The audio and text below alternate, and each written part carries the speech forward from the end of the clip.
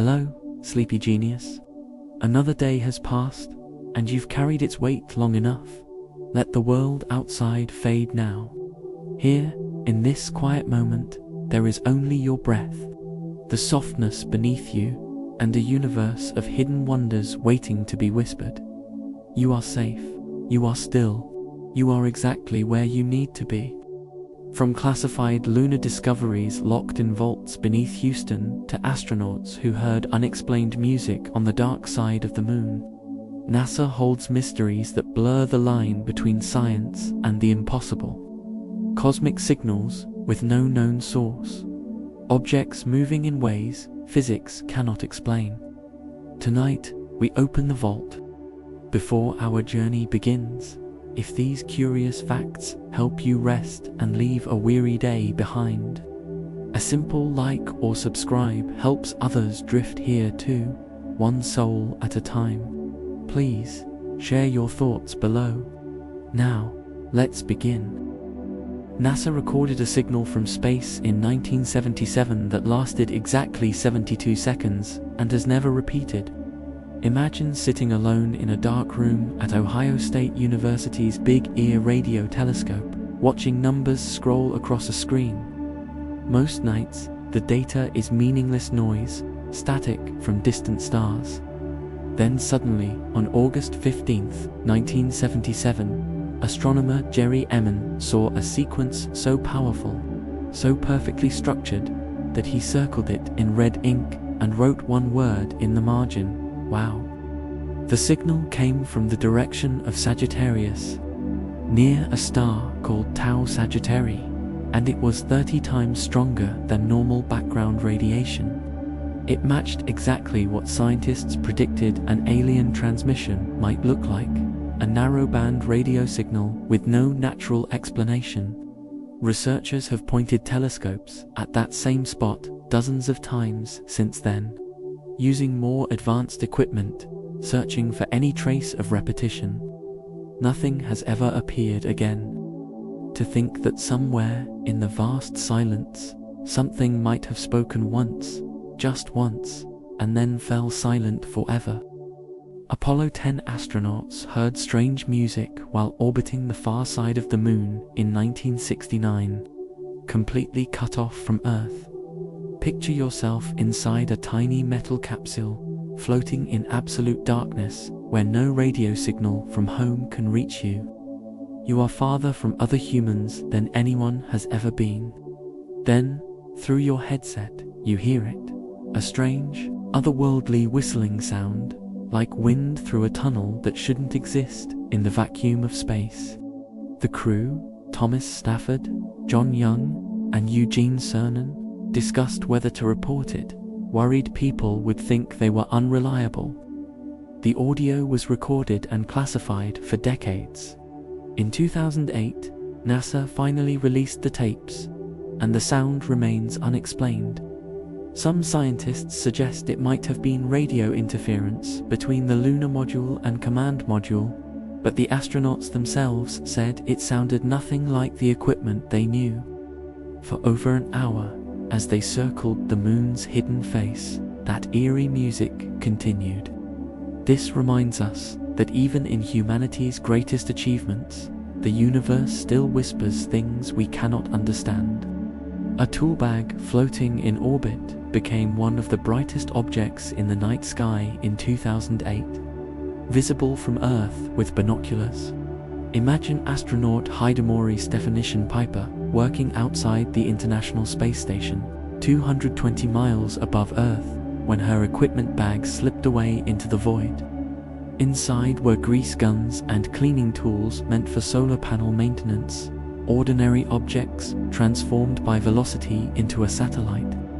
The bag, weighing 30 pounds on Earth but weightless in orbit, began circling the planet every 90 minutes at 17,500 miles per hour. For months, amateur astronomers tracked it as it reflected sunlight, shining like a magnitude 6 star. The bag slowly lost altitude, friction with the thin upper atmosphere pulling it downward. until it finally burned up over the Pacific Ocean in August 2009. NASA estimated the cost of the lost equipment at $100,000, but what it revealed was priceless.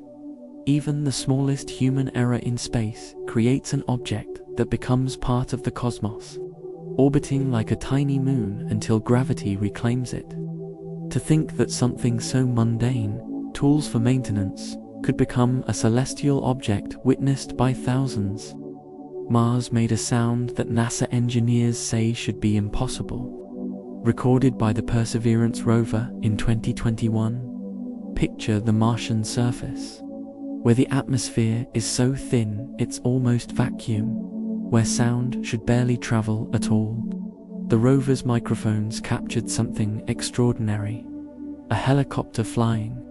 The Ingenuity helicopter, weighing just 4 pounds, spinning its rotors at 2,400 revolutions per minute in air that's 1% as dense as Earth's. Scientists calculated that sound on Mars travels at 240 meters per second, compared to 340 on Earth, and higher frequencies travel faster than lower ones, meaning a Martian listener would hear sound differently in each ear. The recording revealed a faint, ghostly whipping noise, far quieter than engineers expected. In April 2021, Ingenuity became the first aircraft to achieve powered flight on another planet, and the sound it made defied predictions. Researchers at NASA's Jet Propulsion Laboratory spent weeks analyzing the audio, confirming that yes, you can hear a helicopter on Mars, but it sounds like a whisper from another dimension. In a sense, we are learning that every world has its own voice, and some of them speak more quietly than we ever imagined. A piece of the moon returned to Earth is older than the moon itself. Discovered in a sample brought back by Apollo 14. Imagine astronauts Alan Shepard and Edgar Mitchell in 1971, collecting rocks from the Fra Mauro Highlands, carefully placing them in bags without knowing what they truly held. Years later, a geologist examining sample 14,321, a 20-pound rock nicknamed Big Bertha, found something impossible: a fragment of Earth. Analysis revealed minerals that formed in an oxygen-rich environment with temperatures and pressures matching Earth's crust, not the moon's. The fragment, a 2-gram piece of felsite containing quartz and zircon, crystallized 4 billion years ago when Earth was just 500 million years old. Scientists concluded it was blasted into space by an asteroid impact, traveled 240,000 miles, and embedded itself in lunar rock. It remained therefore for billion years before humans picked it up and brought it home. The zircon crystals inside date to 4.1 billion years ago, making this fragment older than the moon, which formed 4.5 billion years ago but solidified later. This reminds us that Earth and Moon have been exchanging pieces since the beginning, and what we think of as separate worlds are really fragments of the same violent birth. NASA's Voyager 1 detected something in interstellar space in 2012 that scientists call the hum of the cosmos. Picture a spacecraft launched in 1977, now 14 billion miles from home, farther than any human-made object has ever traveled. Its instruments detected a faint, persistent vibration in the plasma between stars, a sound below the range of human hearing but measurable as electromagnetic waves. The frequency registers at about 40 Hz, a deep drone like the lowest note on a bass guitar played through infinite darkness. Scientists at the University of Iowa analyzing the data discovered that interstellar space isn't silent but filled with this constant vibration, possibly caused by distant stars and cosmic radiation exciting the thin gas between solar systems. Voyager's plasma wave instrument picked up oscillations in electron density, translating them into sound. The spacecraft is moving at 38,000 miles per hour, and yet this hum remains constant, unchanging. Engineers estimate Voyager 1 will continue transmitting until approximately 2025, when its plutonium power source finally depletes. To think that in the emptiest places we can reach, existence itself hums with a frequency, and we are only now learning to listen. An astronaut's glove once punched a hole through a spacecraft window during a spacewalk in 1965. Imagine Alexei Leonov, the first human to walk in space, floating outside the Voskhod capsule. His suit inflated by the vacuum until he could barely bend his arms. The pressure difference between the suit and the void was so extreme that his glove became rigid. Pressurized to 0.4 atmospheres while surrounded by nothing. During his 12-minute spacewalk, his suit expanded so much he couldn't fit back through the airlock. He had to release oxygen to deflate the suit, risking decompression sickness, bending himself into impossible angles to squeeze through. Soviet engineers later discovered that the force a pressurized glove could exert was enough to crack spacecraft glass. In tests afterward, a suited astronaut's hand accidentally struck a porthole and created a spiderweb fracture. NASA and Roscosmos both redesigned their windows afterward, making them thicker with multiple layers. The incident remained classified for years, only emerging in Leonov's memoirs decades later. This reminds us that space doesn't just challenge our technology, but transforms even human hands into tools capable of breaking the very vessels meant to protect us. Jupiter's moon, Europa, ejects water plumes 120 miles into space, and NASA accidentally flew through one in 1997. Picture the Galileo spacecraft passing Europa at 30,000 miles per hour, its instruments recording strange magnetic field distortions. Scientists didn't understand the data until 2018, when researchers at the University of Michigan reanalyzed 21-year-old measurements and discovered the spacecraft had passed directly through a massive eruption of water vapor. Europa's icy surface hides an ocean twice the volume of Earth's, kept liquid by tidal heating from Jupiter's immense gravity. The plumes shoot up from cracks in the 10-mile-thick ice shell, driven by pressure from the ocean below. The Hubble Space Telescope confirmed the plumes in 2012, using spectroscopy to detect water molecules. These eruptions mean that a spacecraft wouldn't need to drill through miles of ice to sample Europa's ocean. It could simply fly through a plume and collect material. NASA's Europa Clipper mission, launching in 2024, is designed specifically to do this.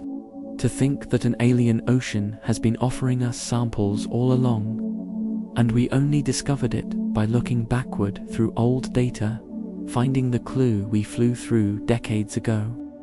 A classified Soviet spacecraft crashed in the Canadian wilderness in 1978, scattering radioactive debris across 51,000 square miles.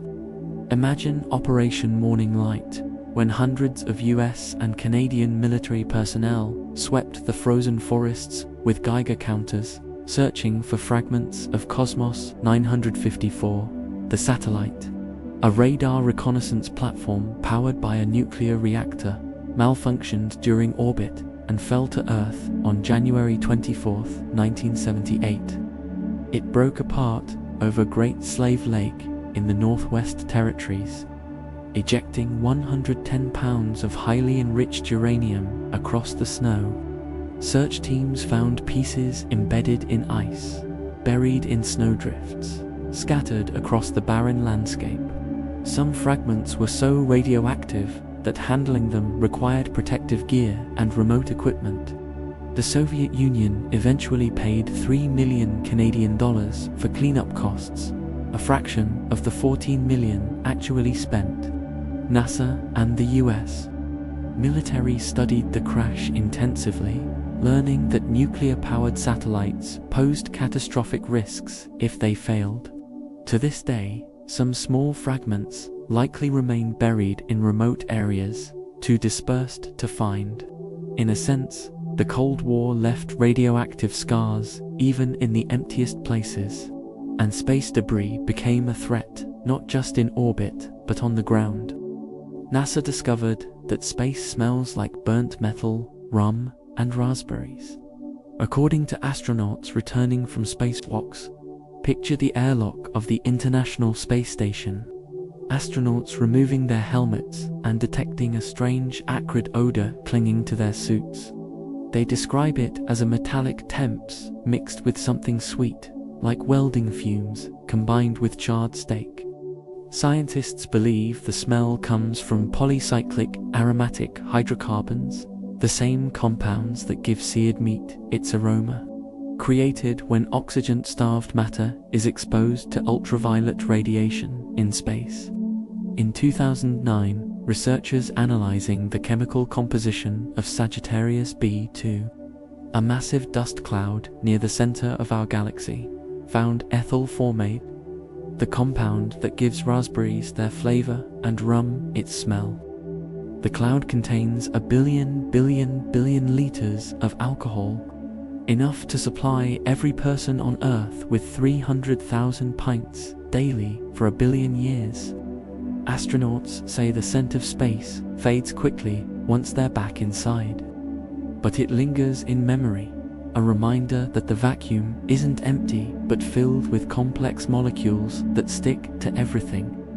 This reminds us that even nothingness has a signature, and the cosmos leaves its fingerprint on anyone who touches it. A secret NASA program tested nuclear bombs in space during the Cold War, creating artificial radiation belts that lasted for years. Imagine July 9, 1962, when a Thor rocket launched from Johnston Atoll carrying a 1.4 megaton warhead named Starfish Prime. At 11:49 p.m. local time, the bomb detonated 250 miles above the Pacific Ocean, creating an artificial aurora visible from Hawaii, 900 miles away. The explosion released electromagnetic pulses that knocked out streetlights in Honolulu, disabled 6 satellites, and created a new radiation belt around Earth. The burst of electrons spiraled along Earth's magnetic field lines, forming a glowing dome that stretched across the sky. The radiation persisted for years, damaging satellites and endangering astronauts. This was part of Operation Fishbowl, a series of high-altitude nuclear tests meant to understand how atomic weapons behaved in space. Scientists discovered that space amplifies electromagnetic effects, making bombs far more dangerous above the atmosphere than below. The tests were banned by the Outer Space Treaty of 1967, but the consequences lingered. Some electronics failed for decades afterward, and researchers still study the data to understand space weather. To think that humanity's fear once turned the sky itself into a weapon, and we're still measuring the echoes of those explosions more than 60 years later. The Parker Solar Probe travels fast enough to fly from New York to Tokyo in under 1 minute, the fastest human-made object ever built. Picture a spacecraft the size of a small car, wrapped in a 4.5-inch thick carbon composite shield, diving toward the Sun at 430,000 miles per hour. Launched in 2018, the probe has already broken every speed record, and it will reach maximum velocity in 2025 during its closest approach to the Sun's surface. At that speed, if you were driving across the United States, you'd cross from Los Angeles to New York in 6 seconds. The spacecraft faces temperatures exceeding 2,500 degrees Fahrenheit on its heat shield, while its instruments remain at room temperature just inches away. Engineers at Johns Hopkins Applied Physics Laboratory designed it to withstand conditions no spacecraft has ever encountered. passing just 3.8 million miles from the Sun's surface, closer than Mercury's orbit. The probe's mission is to understand the solar corona, the Sun's outer atmosphere that's mysteriously hotter than its surface. It has already discovered new details about solar, wind, and magnetic field reversals. This reminds us that speed isn't just about distance, but about reaching places so hostile that only velocity can carry us through, before the environment destroys us. NASA lost a $125 million Mars orbiter in 1999 because engineers used inches instead of centimeters. Imagine the Mars Climate Orbiter after a 10-month journey across 416 million miles, approaching the red planet on September 23, 1999. Ground controllers sent commands based on metric measurements, while Lockheed Martin's navigation software calculated thruster force in pounds. The mismatch was small, just a conversion error, but accumulated over months, it placed the spacecraft 60 miles lower than intended. Instead of entering orbit at 90 miles altitude, the orbiter plummeted to 35 miles, well into Mars's atmosphere. Friction heated the spacecraft until it disintegrated, scattered across the planet as debris. The investigation revealed that the error appeared in data from the very beginning, but no one noticed because both teams assumed the other was using their unit system. Arthur Stevenson, chairman of the review board, called it the failure to use metric units in the coding of a ground software file. The loss prompted NASA to implement mandatory unit checks in all software interfaces. To think that after billions of calculations, millions of hours of work, and nearly reaching another world, a simple failure to convert inches to centimeters turned years of effort into dust on an alien desert.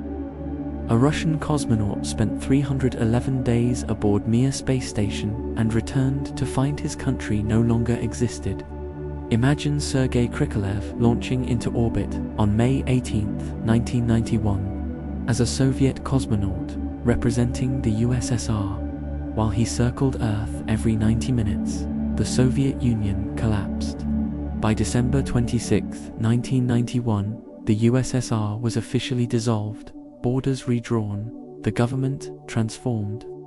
Krikalev remained in space because the new Russian government couldn't afford to bring him home immediately. He watched from orbit as the flag below him changed, as his nation fractured into 15 independent countries. He finally returned on March 25, 1992, landing in Kazakhstan, now a foreign country, no longer part of the union he'd left. Fellow cosmonauts joked that he went up as a Soviet citizen and came down as a Russian. The mission, originally planned for 5 months, stretched to 10 because funding collapsed, launch schedules were disrupted, and political chaos delayed everything. Krikalev later said he wasn't worried, that space was more stable than the ground.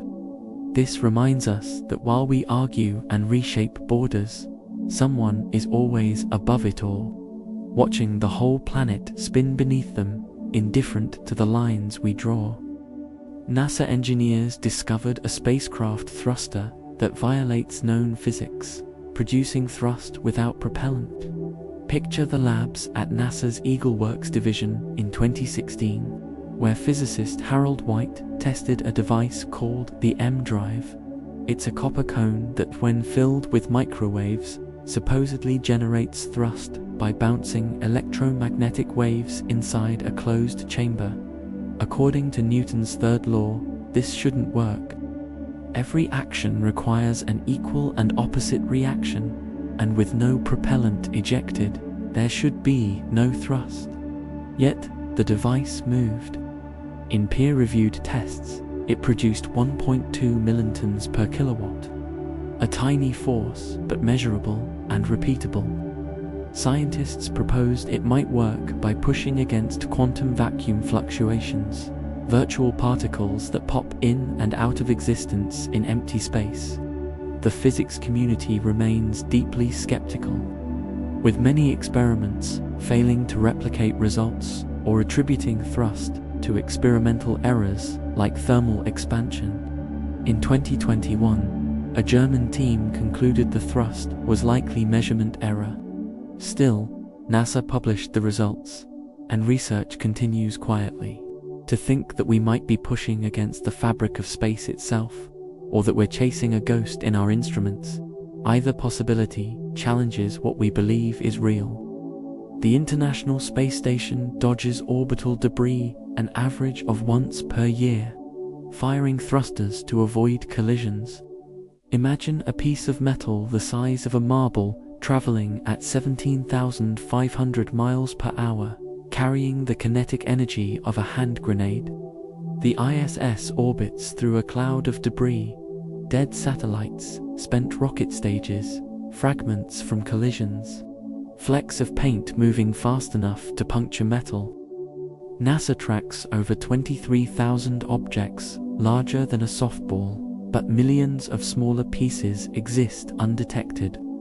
In 2021, the station performed 3 collision avoidance maneuvers, using Progress or Zvezda module thrusters to raise or lower orbit by a few hundred meters. Crews are sometimes ordered to shelter in Soyuz capsules, ready to evacuate if impact is unavoidable. In 2016, a tiny paint chip hit a window on the cupola module, creating a 7mm crater in glass designed to withstand micrometeorite strikes. Engineers estimated the chip was less than 1,000th of a millimeter across. The Kessler syndrome, proposed by NASA scientist Donald Kessler in 1978, warns that debris collisions will eventually create cascading destruction, rendering some orbits unusable. To think that our presence in space is creating a minefield around our own planet, and we're trapped inside it, dodging the consequences of every rocket we've ever launched. NASA recorded the sound of a black hole singing, a note 57 octaves below middle C.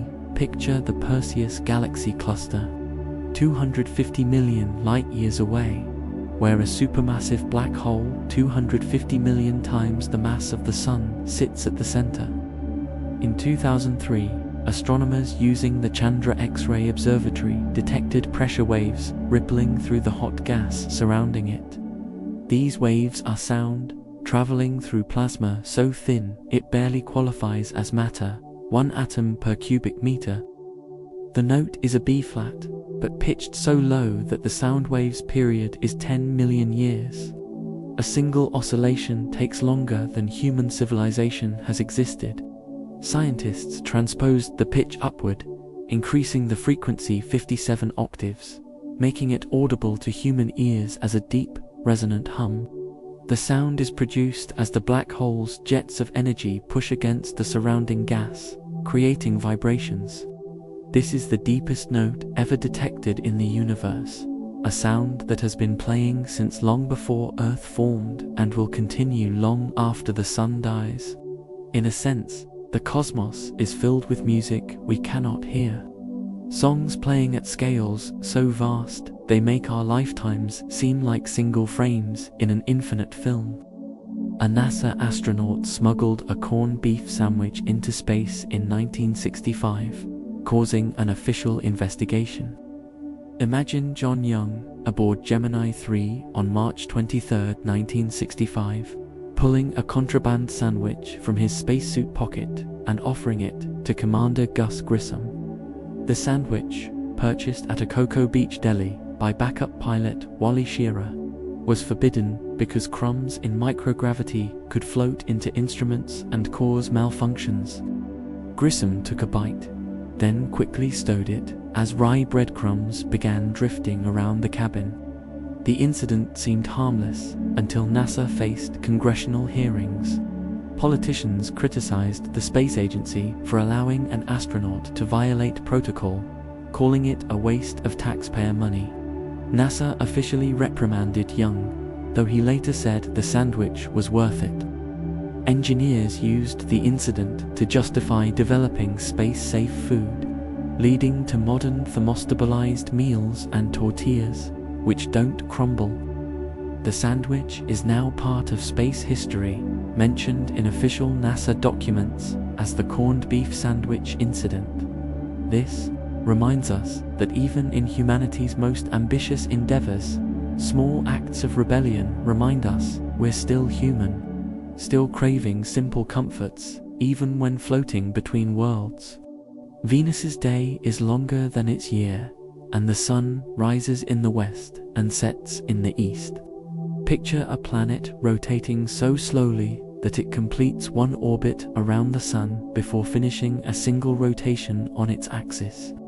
Venus takes 243 Earth days to spin once, but only 225 Earth days to orbit the sun. It also rotates backward, clockwise, when viewed from above, opposite to almost every other planet. Scientists believe a massive collision billions of years ago knocked Venus into this retrograde spin, or that tidal effects from the sun gradually reversed its rotation over time. In 2001, data from the Magellan spacecraft confirmed that Venus's rotation is still slowing, losing about 6.5 minutes per Venusian day due to atmospheric friction. The planet's thick atmosphere, 90 times denser than Earth's, drags against the surface like a thick fluid. Standing on Venus, if you could survive the 900-degree heat and crushing pressure, you'd wait 117 Earth days between sunrises, and the sun would rise in the west, arc slowly across the sky, and set in the east months later. To think that time itself can flow differently on another world, where a day outlasts a year and the sky moves in reverse. NASA's Mars rovers have driven farther than the distance across Manhattan, entirely by remote control with a 20-minute signal delay. Imagine engineers at the Jet Propulsion Laboratory in Pasadena, sending commands to Opportunity, waiting 20 minutes for the signal to cross space, then waiting another 20 minutes for confirmation. Every movement requires planning a full Martian day in advance. Opportunity landed in 2004 with a planned 90-day mission and drove for 15 years, covering 28 miles, the record for any vehicle on another planet. It climbed crater rims, descended into valleys, and examined rocks older than anything on Earth's surface. The rover survived dust storms, power shortages, and temperatures dropping to -100 degrees Fahrenheit every night. In 2018, a global dust storm blocked sunlight, draining its solar panels. Engineers sent over 1,000 commands trying to wake it, but Opportunity never responded again. Its last transmission, translated from engineering data, essentially meant, "My battery is low and it's getting dark." Scientists declared the mission complete in February 2019. To think that a robot the size of a golf cart, powered by sunlight and silicon, explored another planet for 5,000 days, sending back 217,000 images before finally falling silent in a storm that covered a quarter of Mars. A secret US military space plane has been orbiting Earth for over 900 days on a classified mission, and no one knows why. Picture the X-37B, an unmanned spacecraft resembling a miniature space shuttle, launched by a classified Atlas V rocket.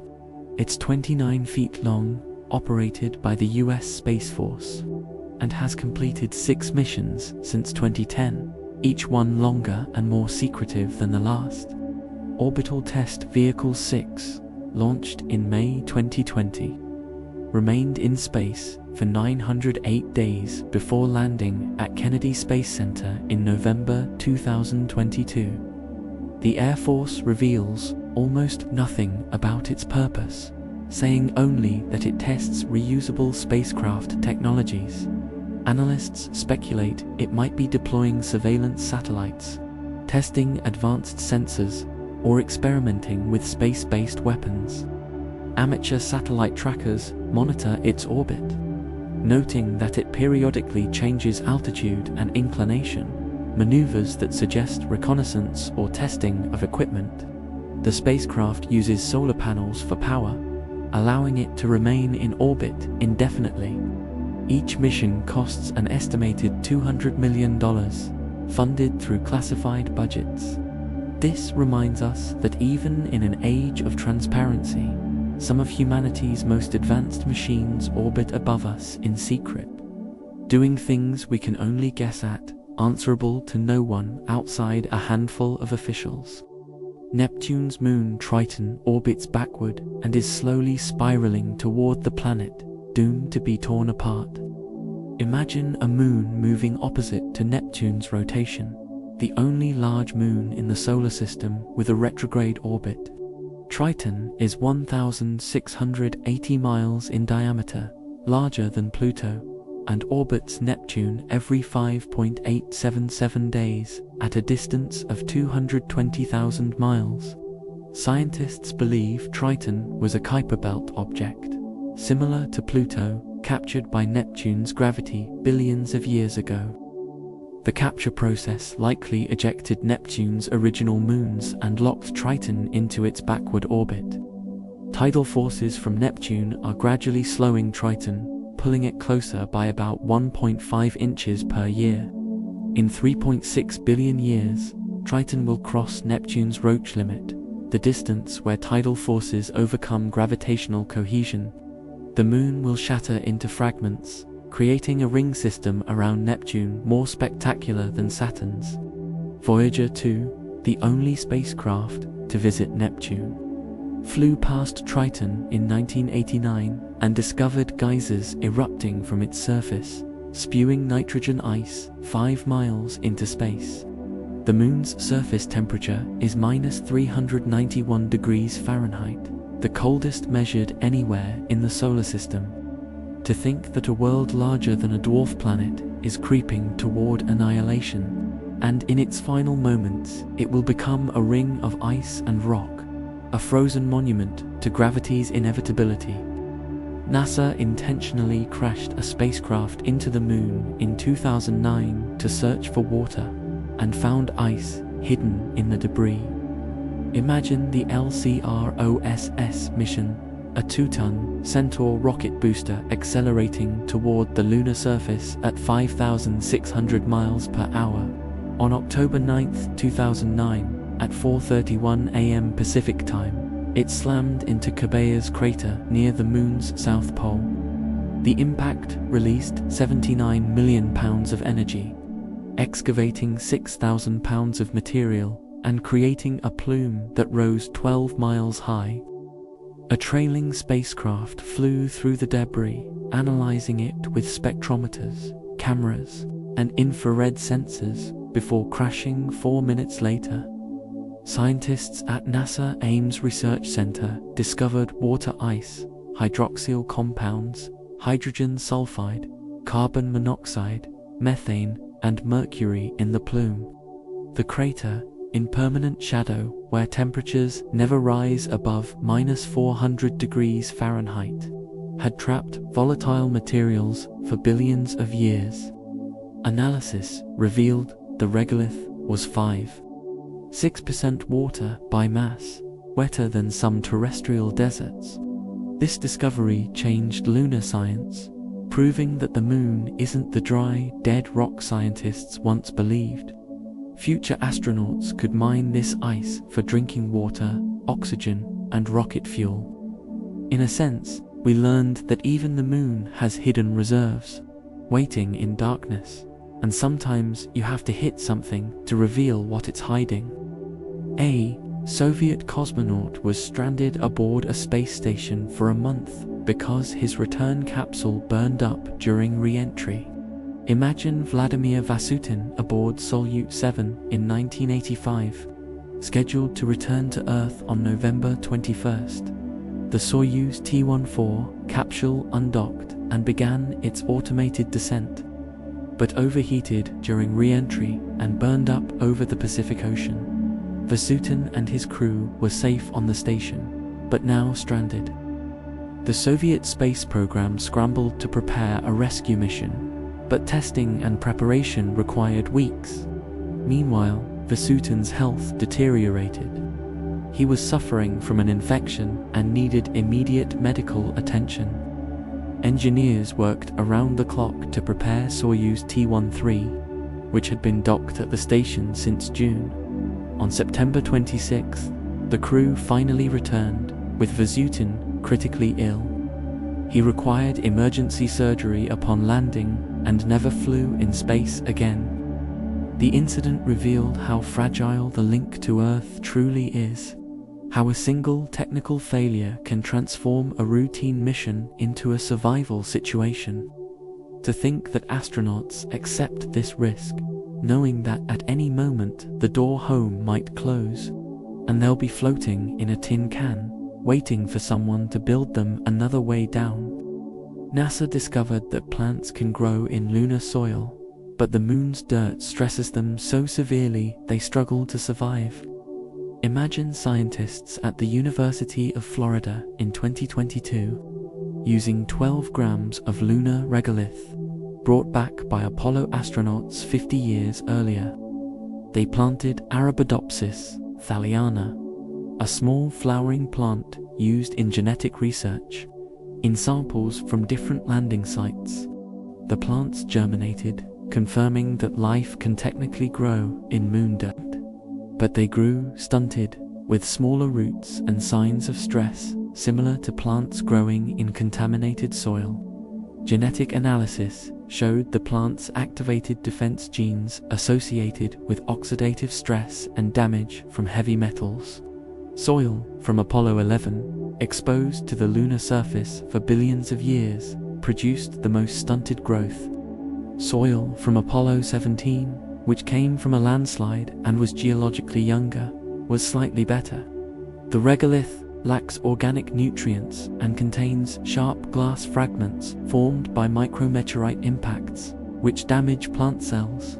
Scientists concluded that future lunar agriculture will require extensive soil treatment, adding nutrients and microbes to make it habitable for Earth life. This reminds us that the moon doesn't welcome us. It tolerates us at best. And even growing a single plant there requires overcoming billions of years of sterile, hostile geology. A NASA scientist discovered that black holes might be portals to other universes, mathematically possible but impossible to prove. Imagine physicist Nikodem Popfowski in 2010 publishing equations in the journal Physics Letters B, proposing that every black hole contains a universe. When matter falls past the event horizon, instead of being crushed to infinite density, it might pass through a space-time tunnel and emerge in another universe. Torsion, a twisting of space-time predicted by Einstein-Cartan theory, could prevent the singularity from forming, creating a passageway instead. If this is true, our universe might exist inside a black hole in a parent universe. The Big Bang, Popfowski argued, could be explained as matter emerging from a black hole rather than exploding from a point. The mathematics work perfectly, but the theory is untestable. Nothing that crosses a black hole's event horizon can ever send information back. Other physicists, including Lee Smolin, have proposed similar ideas, suggesting universes reproduce through black holes, with physical constants evolving like genetics.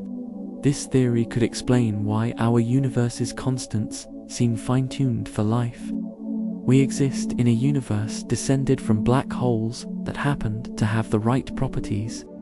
To think that reality itself might branch and multiply, that every collapsed star births a cosmos. And we'll never know because the boundary between universes is absolute and eternal. An asteroid contains more gold, platinum, and rare metals than have ever been mined on Earth, and NASA plans to visit it. Imagine 16 Psyche, an asteroid orbiting between Mars and Jupiter, 140 miles wide and composed almost entirely of metal. Scientists estimate it contains $10 quintillion worth of iron, nickel, gold, and platinum, more than the entire global economy. Spectroscopic analysis suggests it's the exposed core of a protoplanet, a world that started forming but was shattered by collisions early in the solar system's history. Most planets have metal cores buried beneath thousands of miles of rock. Psyche is a core without a shell, offering a glimpse into planetary interiors impossible to study on Earth.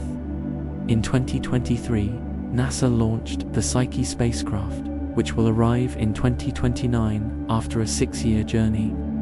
It won't land but will orbit for 21 months, mapping the surface with magnetometers, spectrometers, and cameras. If Psyche truly is a planetary core, it will answer questions about how Earth's core formed. Some entrepreneurs talk about asteroid mining, imagining robots extracting metals. But the logistics remain impossible with current technology. To think that a mountain of gold and platinum drifts through space, worth more than all human wealth combined. And we're sending a probe, not to mine it, but simply to understand what it is. NASA recorded the sound of Earth's magnetic field, and it sounds like a sci-fi horror movie. Imagine satellites orbiting through the magnetosphere, detecting waves of charged particles vibrating at ultra-low frequencies below human hearing.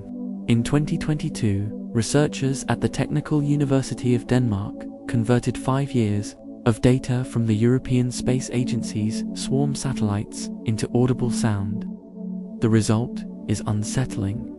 Deep, metallic groans, crackling static, eerie whistles, and haunting rumbles.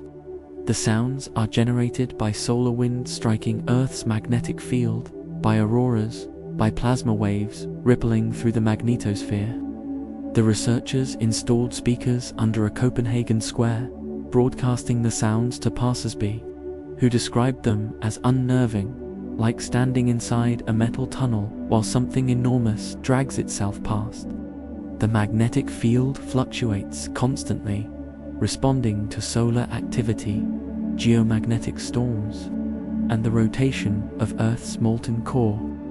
These vibrations travel through plasma at thousands of miles per second, creating harmonics and resonances. This reminds us that the invisible shield protecting us from cosmic radiation isn't silent but screams and whispers in frequencies we can't hear. And when we translate them, they sound like the voice of a living planet, singing in a language older than life itself. A spacecraft launched in 2006 is carrying human DNA, a golden record, and instructions for finding Earth, currently heading into interstellar space. Imagine New Horizons after flying past Pluto in 2015, continuing outward at 32,000 miles per hour. Attached to it is a container holding the ashes of Clyde Tombaugh, the astronomer who discovered Pluto in 1930. The spacecraft also carries a compact disc with the names of 434,000 people who signed up to send their names to Pluto, and a 1991 US postage stamp that reads Pluto, not yet explored. New Horizons is now beyond the Kuiper Belt, entering a region where sunlight is so faint the sun looks like just another bright star. Scientists at Johns Hopkins expect the spacecraft to function until the 2030s. When its plutonium power source decays below usable levels, it will spend eternity drifting through the galaxy, a time capsule of humanity from the early 21st century. Unlike Voyager's golden records, with their elaborate messages, New Horizons carries simpler artifacts, remnants of a specific moment when humans reached the edge of their solar system and kept going. To think that a piece of someone who spent his life searching for distant worlds now travels farther than he ever imagined, becoming part of the darkness he once studied through a telescope. Saturn's moon, Enceladus, sprays organic molecules into space from an underground ocean, and they rain down on Saturn's rings. Picture the Cassini spacecraft in 2005, flying through the south polar region of Enceladus and detecting massive plumes of water vapor erupting from surface cracks nicknamed tiger stripes. The plumes shoot 300 miles high, escaping the moon's weak gravity and forming Saturn's earring, a faint band of ice particles that stretches for thousands of miles. Chemical analysis revealed the water contains methane, carbon dioxide, ammonia, and complex organic compounds including formaldehyde and hydrogen cyanide. In 2018, scientists announced finding large carbon-rich molecules, some with mass over 200 atomic units, the kind associated with biological processes on Earth. The ocean beneath Enceladus's ice is estimated at 6 miles deep, kept liquid by tidal heating from Saturn's gravity flexing the moon's interior. Hydrothermal vents on the ocean floor, similar to those on Earth where life thrives without sunlight, might exist there. Cassini detected molecular hydrogen in the plumes, evidence of chemical reactions between hot water and rock, reactions that produce energy life could use. This reminds us that life doesn't need sunlight or a planet's surface. It needs water, chemistry, and energy, and those conditions might exist in dozens of places across the solar system we once thought were barren. NASA engineers built a clock so precise it won't lose a second in 10 billion years, longer than the universe has existed. Imagine the Deep Space Atomic Clock, launched in 2019 aboard an Air Force satellite, using mercury ions trapped in electromagnetic fields and cooled to near absolute zero. Traditional atomic clocks on Earth use cesium atoms and achieve accuracy to 1 second in 100 million years. This clock measures time using mercury ion transitions at optical frequencies, achieving stability 50 times better. It's designed for deep space navigation, where signals from Earth take hours to reach spacecraft.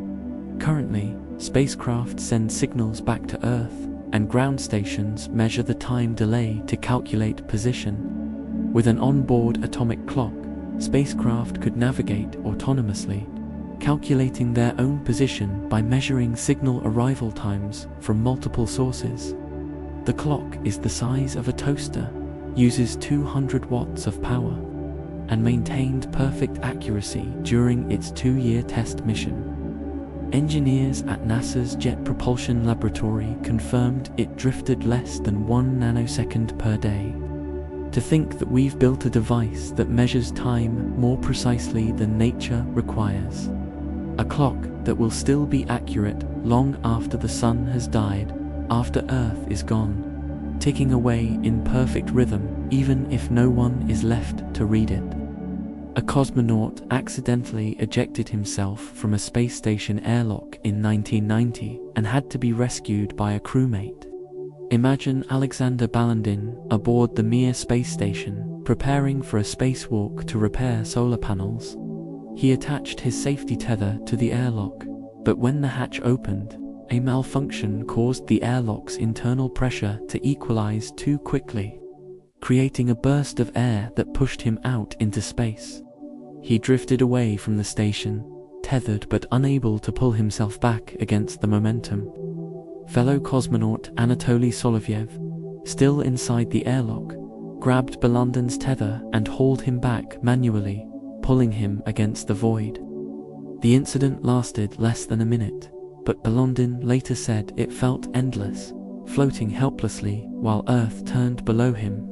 Soviet space officials classified the incident, and it only became public years later in post-Soviet disclosures. Engineers redesigned airlock procedures, adding multiple pressure checks before opening hatches. Balandin completed his spacewalk and continued his mission, but the moment stayed with him. A reminder that space offers no second chances, and survival sometimes depends on someone else's grip on a rope. In a sense, Every astronaut's life is tethered not just to a cable, but to the competence and quick thinking of the people beside them. NASA discovered a planet where it rains glass sideways at 5,400 miles per hour, faster than the speed of sound. Picture HD 189733b, a gas giant 63 light-years away in the constellation Vulpecula, orbiting its star so closely that its year lasts only 2.2 Earth days. The Hubble Space Telescope analyzed light passing through the planet's atmosphere during transits in 2013, detecting silicate particles. The planet's dayside reaches 1,700 degrees Fahrenheit, hot enough to vaporize silicon. Winds generated by the temperature difference between day and night reach supersonic speeds, carrying molten glass that cools into tiny particles and whips across the atmosphere. If you could stand on this planet, you'd be shredded by glass shards, traveling at hypersonic velocity while being roasted by heat that would melt lead. The planet appears deep blue, invisible light, not from water but from silicate haze, scattering blue wavelengths. Researchers at the University of Warwick confirmed the wind speed using Doppler spectroscopy, measuring the planet's rotation rate against atmospheric movement. This reminds us that Earth's weather, as violent as hurricanes and tornadoes can be, is gentle compared to worlds where the atmosphere itself is a weapon, where rain is made of glass and wind moves faster than bullets. A Soviet spacecraft reached Venus in 1982, landed successfully, and transmitted data for exactly 127 minutes before being crushed by the atmosphere. Imagine Venera 13 descending through clouds of sulfuric acid, slowed by parachutes until the heat melted them away, then free-falling the final miles before impacting at 15 miles per hour. It landed on March 1, 1982, on the Phoebe Reggio Plains. Outside, the temperature was 869 degrees Fahrenheit, hot enough to melt zinc. The atmospheric pressure was 89 times Earth's, equivalent to being 3,000 feet underwater. The lander's cameras captured the first color images of Venus's surface, showing orange-brown rocks and soil under a hazy yellow sky. A spring-loaded drill board into the ground extracted a sample and analyzed it with an X-ray fluorescence spectrometer, revealing basaltic rock similar to Earth's volcanic plains. The lander transmitted data for 127 minutes, far exceeding its design expectation of 32 minutes, before the electronics failed. Venera 14, landing 4 days later, survived for 57 minutes. No lander has ever lasted longer on Venus. The Soviet Union sent 10 successful landers to Venus between 1970 and 1984, then stopped. The cost and difficulty weren't worth the brief glimpses. To think that we've stood on another planet's surface, photographed alien rocks, and analyzed soil from a world where the air itself is poison, and we can only survive there for 2 hours before the planet reclaims our machines. NASA detected fast radio bursts from deep space that repeat in a 16-day pattern, and no one knows why. Imagine the Canadian Hydrogen Intensity Mapping Experiment telescope in 2020 recording FRB 180,916, a burst of radio waves from a galaxy 500 million light-years away. Most fast radio bursts are one-time events, millisecond flashes of energy equivalent to the sun's output over decades, compressed into an instant. But FRB 180,916 repeats on a schedule. It bursts for 4 days, then goes silent for 12 days, then bursts again. Over 18 months of observation, the pattern held perfectly. Scientists proposed explanations: a neutron star orbiting a massive companion, precession of a magnetar's spin axis, or orbital mechanics obscuring and revealing the source. In 2022, Researchers traced the bursts to a specific region in a spiral galaxy, near but not inside a star-forming region. The precision of the cycle suggests an orbital mechanism, but no known object should produce such energetic bursts so consistently. Some bursts are visible light as well as radio, detected by optical telescopes. This reminds us that the universe operates on schedules we don't control or understand, that something out there is pulsing like a cosmic lighthouse, and we can see the flashes but can't fathom the lighthouse itself. A NASA astronaut grew 2 inches taller in space, then shrank back down after returning to Earth. Imagine Scott Kelly aboard the International Space Station for 340 days, floating in microgravity where his spine no longer compressed under his body weight. On Earth, gravity squeezes the cartilage discs between vertebrae, compressing the spine. In space, those discs expand, separating the vertebrae by millimeters that accumulate 2 inches. Kelly measured himself repeatedly and confirmed he'd grown from 5'11" to 6'1". His identical twin brother, Mark, a retired astronaut who remained on Earth, served as a genetic control for NASA's twins study. When Scott returned in 2016, his spine recompressed within weeks, and he returned to his original height, though the process was painful. Other astronauts report the same effect, and some experience back pain as their spines readjust. The study also revealed changes in Scott's gene expression, telomere length, and gut bacteria, some of which persisted for months. His carotid artery thickened, his cognitive performance declined slightly, and his immune system showed stress responses. To think that leaving Earth changes us on a cellular level, that even our DNA responds to the absence of gravity, and returning home means our bodies must relearn how to exist in the weight they evolved to carry.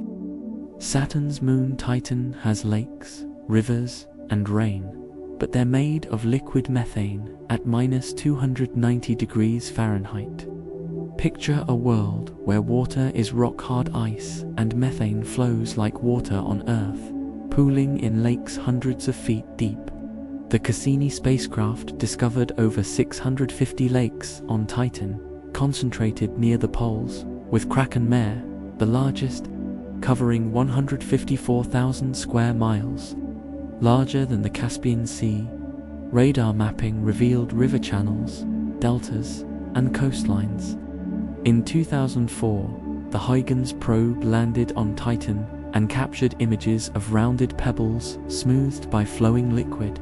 Weather patterns include methane rain falling from clouds, evaporating from lakes, forming a hydrological cycle identical in structure to Earth's water cycle, but operating at temperatures where methane is liquid. Scientists discovered that Titan's lakes are deeper than expected, with some exceeding 300 feet, and the liquid is a mixture of methane and ethane, giving them different densities. Waves ripple across the surfaces, driven by winds measured at 7 miles per hour. Organic compounds rain from the atmosphere, accumulating as sediment that could, over billions of years, form oil deposits. To think that another moon has weather, seasons, and rain, that if you stood on its shore you'd see waves lapping at a beach, and the only difference is that touching the water would freeze you solid in seconds.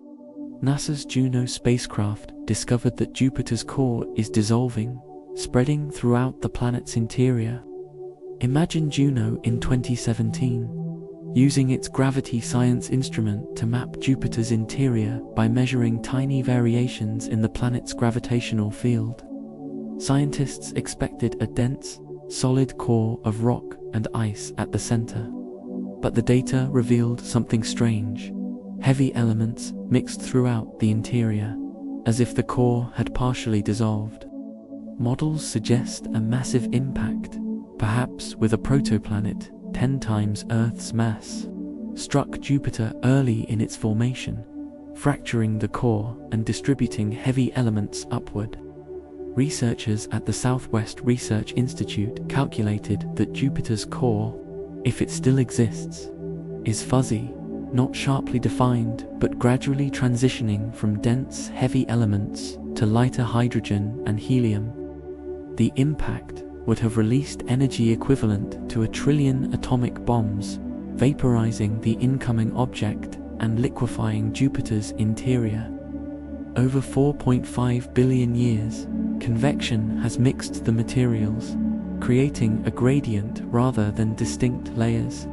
This challenges models of gas giant formation and suggests violent collisions shaped the planets we see today. To think that even the largest planet in our solar system carries scars from ancient catastrophes, that its core melted and spread like watercolor in liquid, and we only discovered this because we measured gravity precisely enough to weigh the invisible. A classified military satellite in 2018 malfunctioned, began tumbling, and lit up like a strobe visible to amateur astronomers worldwide. Imagine Zuma, launched by SpaceX on January 7, 2018, reportedly worth billions and built by Northrop Grumman for an undisclosed government agency. Something went wrong after separation from the rocket. The satellite failed to detach from the adapter and likely re-entered Earth's atmosphere within hours. Amateur satellite trackers never detected it in expected orbits. Months later, observers spotted an object tumbling in low Earth orbit, flashing brightly as solar panels caught sunlight with each rotation. Analysts identified it as USA 276, a different classified satellite launched in 2015, which had begun tumbling uncontrollably. Its rotation created a predictable flashing pattern visible from the ground, compromising its stealth. The US Space Force never commented. Space security experts noted that a tumbling satellite is essentially dead, unable to fulfill its mission, and the flashing revealed its position to anyone watching. The object eventually re-entered and burned up in 2020. To think that billion-dollar spy satellites can fail silently, spinning uselessly above us. And the only way we know is by watching for light glinting off their corpses as they tumble toward destruction. NASA discovered bacteria living inside the International Space Station that evolved to survive radiation 1,000 times stronger than what kills humans. Imagine biofilms growing behind panels, inside air filters, in the station's water recycling system, thriving in an environment designed to be sterile. Scientists identified Methylobacterium, Sphingomonas, and other species that had mutated over years of exposure to cosmic radiation, UV light, and microgravity. Genetic analysis revealed changes in DNA repair mechanisms, allowing the bacteria to fix radiation damage faster than Earth-based strains. Researchers at NASA's Jet Propulsion Laboratory in 2020 found that these microbes had developed thicker cell walls and increased pigmentation, adaptations that shield them from radiation. Some bacteria formed cooperative biofilms, sharing resources and protecting weaker members. Tests showed they could survive exposure to vacuum and extreme temperature swings. This raises concerns for planetary protection. If bacteria can evolve to thrive in space, spacecraft traveling to Mars or Europa might carry contamination capable of surviving on those worlds. It also suggests that life, once established, adapts to even the harshest environments. This reminds us that evolution doesn't stop in space, that life finds a way even in conditions we designed to prevent it. And we might be seeding the solar system with Earth biology faster than we realize. A neutron star's surface is so smooth that the tallest mountain would be less than a millimeter high. Picture an object 12 miles in diameter, containing more mass than the Sun, spinning hundreds of times per second. Neutron stars form when massive stars collapse, crushing protons and electrons together into neutrons, creating matter so dense a teaspoon weighs 1 billion tons. Gravity on the surface is 200 billion times stronger than Earth's, strong enough to flatten any irregularity. Computer simulations by astrophysicists at the University of Arizona in 2009 calculated that a neutron star's crust, composed of atomic nuclei arranged in a crystalline lattice, can support mountains, but gravity crushes them to millimeter height. Even the slightest bump would weigh quadrillions of tons, and the crust would deform under that stress. Despite being smoother than a billiard ball, these tiny mountains create gravitational ripples that distort space-time, producing gravitational waves detectable by observatories like LIGO. The fastest spinning neutron star known, BSRJ 174824446 AD, rotates 716 times per second, its equator moving at 24% the speed of light. At that speed, the star is barely holding together against centrifugal force, trying to tear it apart. To think that the densest objects in the universe are also the smoothest, their surfaces polished by gravity so extreme that even atoms can barely stand upright. NASA's New Horizons discovered mountains on Pluto made of water ice as hard as steel, floating on a sea of frozen nitrogen. Imagine the Tenzing Montes and Hillary Montes mountain ranges on Pluto rising 11,000 feet above the surrounding plains. When New Horizons flew past Pluto in 2015, scientists were shocked to find active geology on a world billions of miles from the Sun. Pluto's surface temperature hovers around -375 degrees Fahrenheit, cold enough that nitrogen, methane, and carbon monoxide freeze solid. At those temperatures, water ice behaves like granite, strong enough to support mountains. The plains, called Sputnik Planitia, are nitrogen ice 6 miles deep, constantly churning in convection cells driven by heat from Pluto's interior. The water ice mountains float on this nitrogen layer like icebergs on an ocean, drifting and colliding over millions of years. Scientists also discovered cryovolcanoes, mountains formed by ice erupting from below, driven by internal pressure. Wright Mons rises 13,000 feet, with a summit caldera, resembling volcanic structures on Earth but erupting slush instead of lava. To think that at the edge of the solar system, a dwarf planet discarded from planetary status has an active surface. Landscapes sculpted by forces we're only beginning to understand, proving that even in the coldest, darkest places, worlds remain alive. A secret Soviet nuclear-powered lighthouse sits abandoned in the Arctic, still radioactive decades after being shut down. Imagine the northern coast of Russia, along shipping routes through the Arctic Ocean, where over 1,000 remote lighthouses once guided ships through ice and darkness. Many were powered by radioisotope thermoelectric generators, devices using decaying plutonium or strontium-90 to produce heat and electricity. These RTGs generated power for decades without maintenance, perfect for locations unreachable during winter.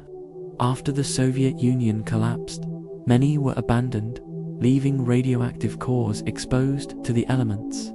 In 2004, scavengers broke into several lighthouses, stealing the metal housing and exposing radioactive material. The International Atomic Energy Agency helped Russia locate and secure hundreds of these RTGs. Some remain lost, buried under snow, or sunk in marshland. Each contains enough radioactive material to contaminate a small area for centuries. The Russian government has been slowly replacing them with solar panels, but the Arctic's 6-month polar night makes solar power impractical. To think that the Cold War scattered radioactive devices across one of Earth's most remote regions, and some are still out there, glowing faintly in the frozen darkness. Monuments to a time when nuclear power seemed like the solution to every problem. NASA detected oxygen on a comet for the first time in 2015, and scientists don't understand how it survived there. Imagine the Rosetta spacecraft orbiting Comet 67P Churyumov-Gerasimenko, analyzing gas venting from the surface as solar heat warmed the ice. Instruments detected molecular oxygen, O2, the same gas we breathe, at concentrations of 1% to 10% of the water vapor. Oxygen molecules should react and break apart quickly in space, especially when exposed to UV radiation and chemical reactions with other compounds. The discovery, published in Nature, suggested the oxygen was trapped in ice when the comet formed 4.6 billion years ago, preserved unchanged since the birth of the solar system. This challenges models of solar system formation, which predicted oxygen would bind with hydrogen to form water or react with carbon to form carbon dioxide. Researchers proposed the oxygen formed in frigid conditions before the sun ignited through radiolysis of ice by cosmic rays, creating O2 that froze into the comet's structure. The comet is a time capsule, carrying primordial material unchanged for billions of years. This reminds us that comets aren't just dirty snowballs, but archives of ancient chemistry. And analyzing them teaches us what the solar system was like before planets existed, when everything was cold, dark, and patient. A NASA spacecraft collected samples from an asteroid in 2020, but grabbed so much material the container couldn't close and began leaking debris into space. Imagine OSIRIS-REx extending its robotic arm toward asteroid Bennu on October 20, 2020, touching the surface for exactly 6 seconds. Nitrogen gas blasted downward, stirring up dust and pebbles, while the collection head vacuumed up material. Scientists expected a few ounces. Instead, the spacecraft collected over 4.5 pounds. Rocks jammed the container's seal, leaving a gap where particles escaped. Mission Control urgently commanded the spacecraft to stow the sample container inside the return capsule days ahead of schedule, skipping verification steps to minimize loss. Engineers estimated they lost about 5% of the sample, watching precious grains of asteroid drift away through telescope cameras.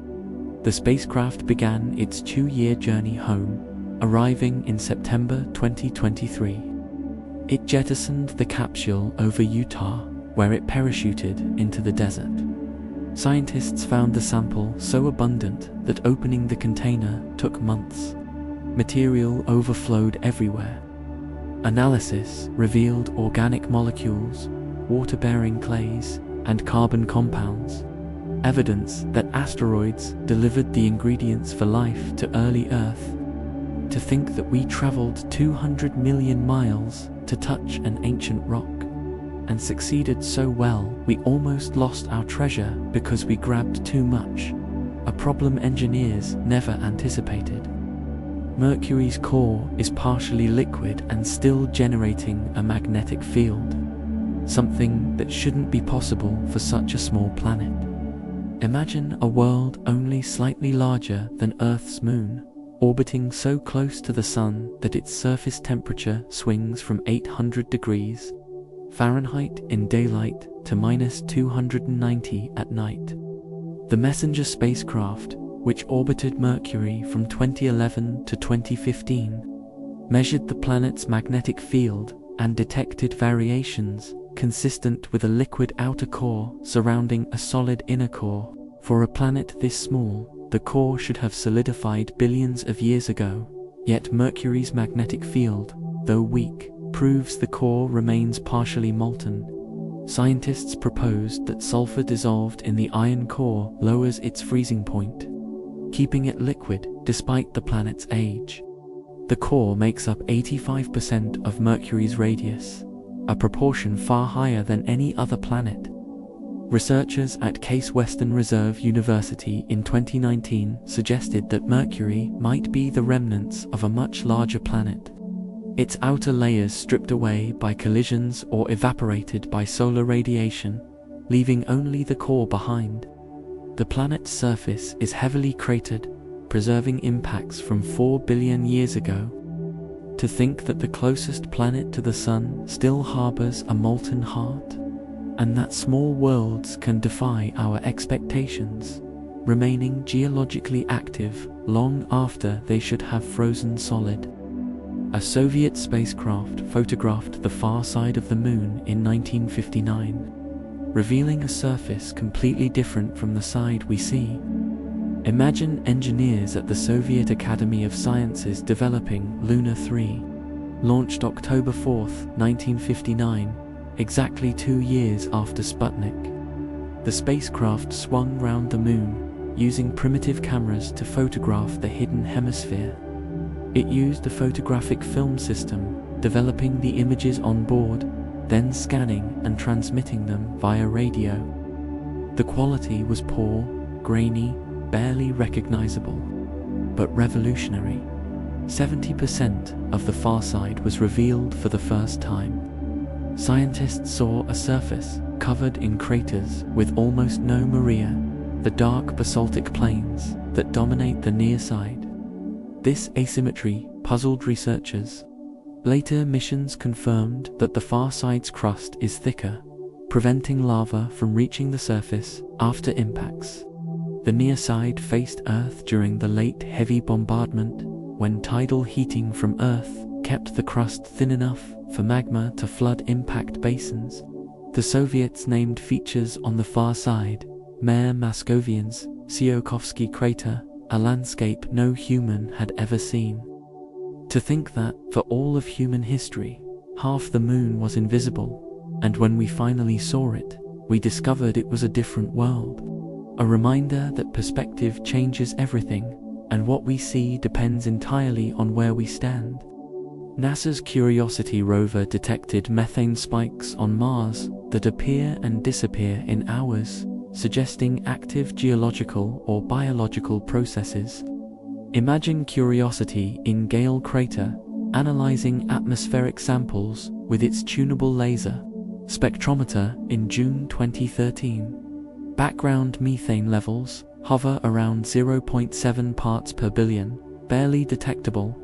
Then, suddenly, the levels spiked to 7 parts per billion, 10 times higher, before dropping back to normal within days. Methane on Mars shouldn't exist. UV radiation breaks it apart in about 300 years, meaning any methane detected must have been released recently. Scientists proposed 2 sources: geological, from serpentinization reactions where water and rock interact, producing hydrogen that reacts with carbon to form methane, or biological, from microorganisms living underground. The European Space Agency's Trace Gas Orbiter, searching from orbit, hasn't detected methane, creating a mystery. If it's being released, why only at ground level? Researchers at Caltech suggested that methane is trapped in ice beneath the surface and released by pressure changes or temperature fluctuations. Others proposed that methane is destroyed by surface chemistry so fast it never reaches the upper atmosphere. This reminds us that Mars is not dead but simmering with processes we don't understand. And whether life exists there or not, the planet is chemically active in ways that surprise us every time we look closer. A NASA probe discovered that the Sun's atmosphere is hotter than its surface, violating every law of thermodynamics we understand. Imagine the Sun's surface, the photosphere, burning at 10,000 degrees Fahrenheit. Now picture the corona, the wispy atmosphere visible during eclipses, reaching 2 million degrees Fahrenheit. Heat doesn't flow from cold to hot without energy input. Yet, somehow the atmosphere is 200 times hotter than the surface below it. The Parker Solar Probe, launched in 2018, flew through the corona to measure this phenomenon directly. Scientists detected magnetic field lines reconnecting violently, releasing energy in bursts. Alpha-von waves, oscillations in the plasma, transfer energy upward from the surface. In 2021, Parker crossed the Alpha-von critical surface, the boundary where solar wind breaks free from the sun's magnetic grip, and measured turbulence that heats particles to millions of degrees. Researchers at the University of Michigan calculated that nanoflares, tiny explosions happening constantly across the corona, might contribute to heating. The probe survived temperatures that should vaporize any material, protected by its 4.5-inch carbon shield. To think that the closest we've ever come to a star revealed that stars don't follow simple rules. And the sun's atmosphere defies physics in ways we're only beginning to measure. A dormant Soviet satellite suddenly came back to life in 2017 after 56 years of silence, and no one knows why. Imagine LES-5, a military communications satellite launched in 1967 and abandoned in 1972 when its mission ended. For 45 years, it tumbled silently through space, a piece of space junk in geostationary orbit. Then, on March 29, 2017, an amateur radio operator in Cornwall, England, picked up a signal at 236 MHz, the frequency LES-5 used. Other operators confirmed the transmission, hearing telemetry data from the satellite's onboard systems. Engineers who built LES-5 at MIT's Lincoln Laboratory were contacted. Some were retired, others had passed away. They analyzed the signals and confirmed it was authentic, not interference or a hoax. The satellite's solar panels, after decades of radiation damage, somehow generated enough power to activate its transmitter. The signal appeared sporadically, only when the satellite's tumble oriented its panels toward the sun at the right angle. By mid-2017, the signal stopped again. Engineers speculated that an internal relay, damaged by radiation, occasionally made contact, completing a circuit. To think that something we built and abandoned could wake up decades later, calling out from the void like a ghost, and we'll never know if it was random chance or some persistent spark of electricity that refused to die. Jupiter's moon Io has 400 active volcanoes erupting sulfur that falls back as snow, making it the only object in the solar system where it snows upward. Picture a world locked in tidal grip, squeezed and stretched by Jupiter's gravity every 42 hours. The flexing generates enough heat to melt Io's interior, driving volcanic eruptions that dwarf anything on Earth. Loki Patera, the largest lava lake, covers 8,300 square miles and erupts continuously. In 1979, Voyager 1 captured the first image of an active volcano on another world, Prometheus, ejecting material 300 miles high. The eruptions are so powerful they shoot sulfur and sulfur dioxide into space, where it freezes and falls back as yellow, orange, and white snow.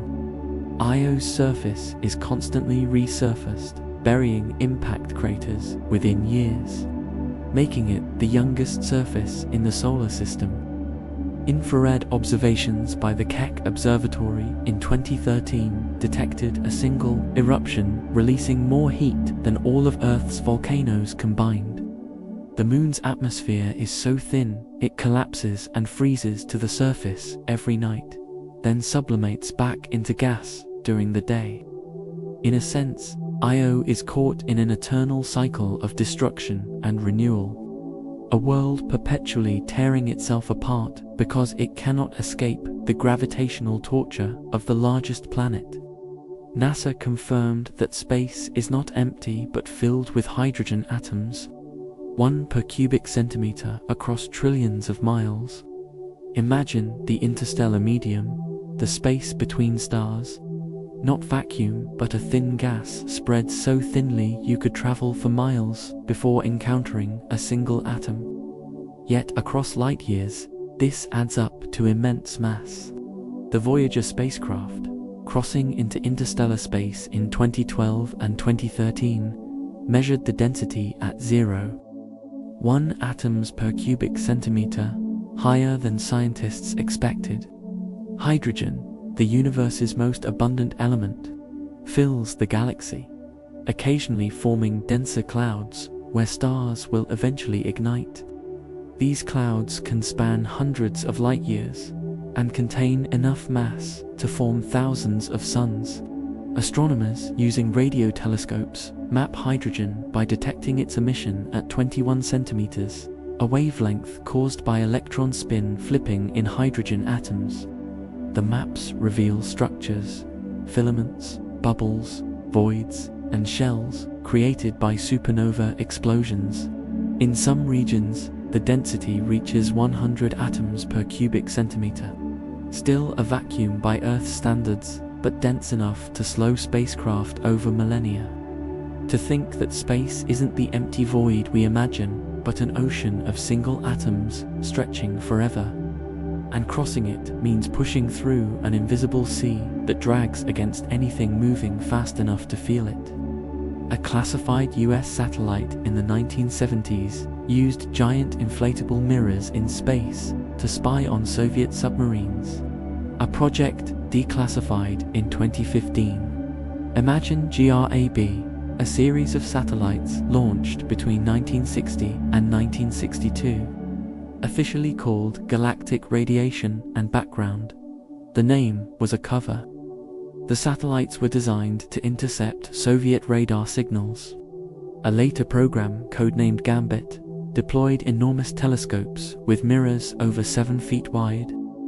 But the most ambitious was AFP-731, a satellite with inflatable mirrors that expanded after launch, creating a telescope larger than anything previously flown. The mirrors were coated with reflective material and inflated with gas, forming precise optical surfaces.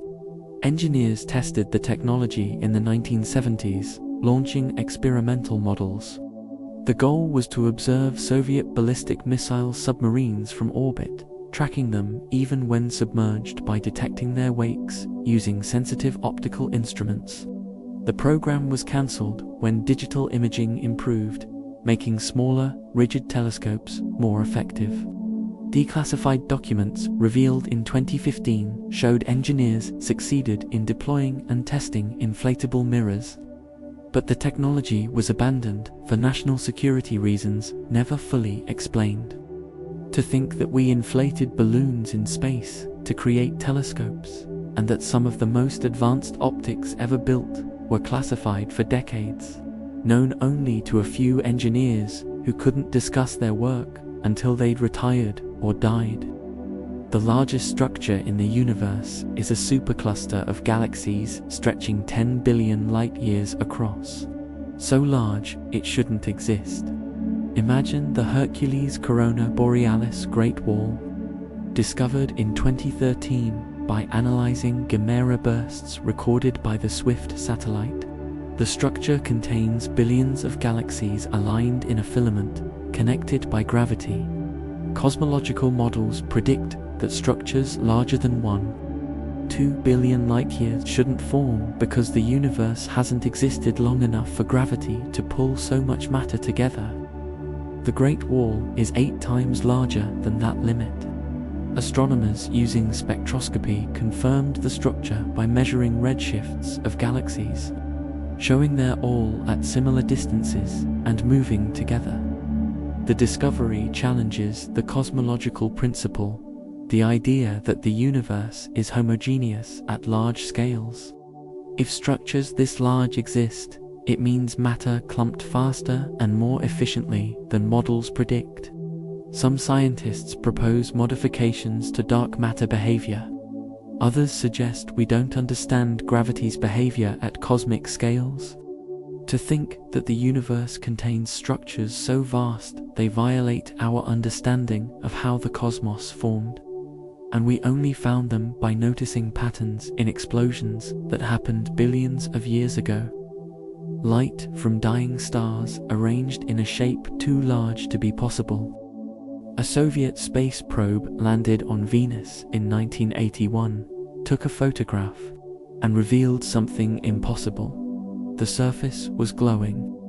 Imagine Venera 13 on March 1st, 1982, transmitting color images that showed rocks and soil illuminated not by sunlight, which barely penetrates the thick clouds, but by an orange glow from the atmosphere itself.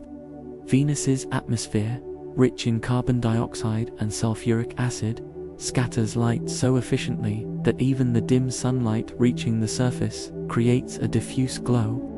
Standing on Venus, you wouldn't see shadows. Light comes from every direction at once, as if the sky itself is a lamp. Scientists calculated that the illumination is equivalent to an overcast day on Earth, around 5,000 lux. The photographs revealed flat stones, likely volcanic basalt, weathered smooth by the dense atmosphere. The lander's drill extracted a sample and analyzed it, confirming basaltic composition similar to Earth's oceanic crust. For 2 hours, Venera 13 survived, transmitting data until the heat and pressure destroyed its electronics. The glow visible in the images isn't fire or heat, but atmospheric scattering, a phenomenon that makes Venus's surface perpetually bathed in eerie, sourceless light.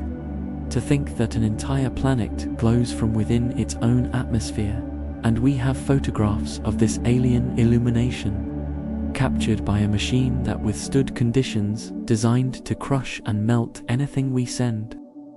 NASA discovered a galaxy moving so fast it's leaving the universe, traveling at 2 million miles per hour. Imagine Lamostage VS1, a hypervelocity star discovered in 2019 by the Large Sky Area Multi-Object Fiber Spectroscopic Telescope in China. The star is moving at 1,700 kilometers per second, fast enough to escape the Milky Way's gravity and drift into intergalactic space. Scientists calculated its trajectory backward and determined it was ejected from the galactic center, likely by a close encounter with Sagittarius A*, the supermassive black hole at the Milky Way's core. When a binary star system passes too close to a black hole, one star is captured while the other is flung away at incredible speed. Astronomers have discovered dozens of hypervelocity stars, most ejected millions of years ago and now coasting through the galaxy's outer halo. Some are already beyond the Milky Way's gravitational influence, doomed to spend eternity alone in the void between galaxies. Lamostage VS1 will leave the galaxy in about 100 million years, traveling until it either encounters another galaxy or fades as a white dwarf in the cosmic dark. To think that stars can be exiled, thrown from their home galaxy with such force that gravity itself cannot pull them back, and they wander forever, orphans in the infinite.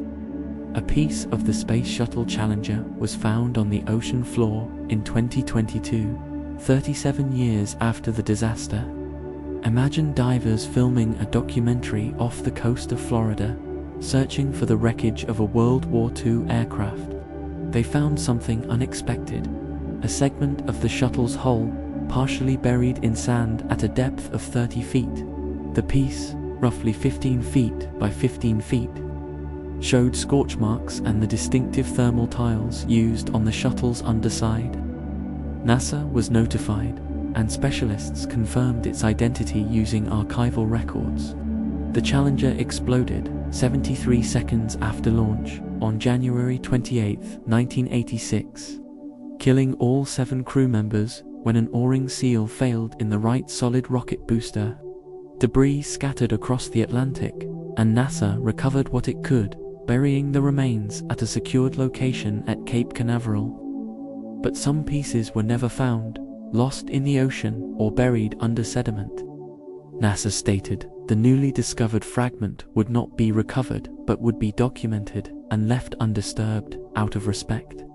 To think that pieces of that tragedy are still out there, hidden under waves, waiting to be found by accident, and even after nearly 4 decades. The memory of what happened remains so powerful that even debris is treated with reverence. Saturn's moon Mimas has an ocean hidden beneath its surface, discovered in 2024, and scientists don't understand how it stays liquid. Imagine a moon 250 miles in diameter, famous for its resemblance to the Death Star due to the massive Herschel crater on its surface. Mimas orbits Saturn every 22 hours, and tidal heating should be negligible. Yet data from NASA's Cassini spacecraft, analyzed years after the mission ended, revealed wobbles in Mimas's rotation consistent with a subsurface ocean. The ocean is estimated to be 12 to 18 miles beneath the ice crust, kept liquid by some unknown heat source.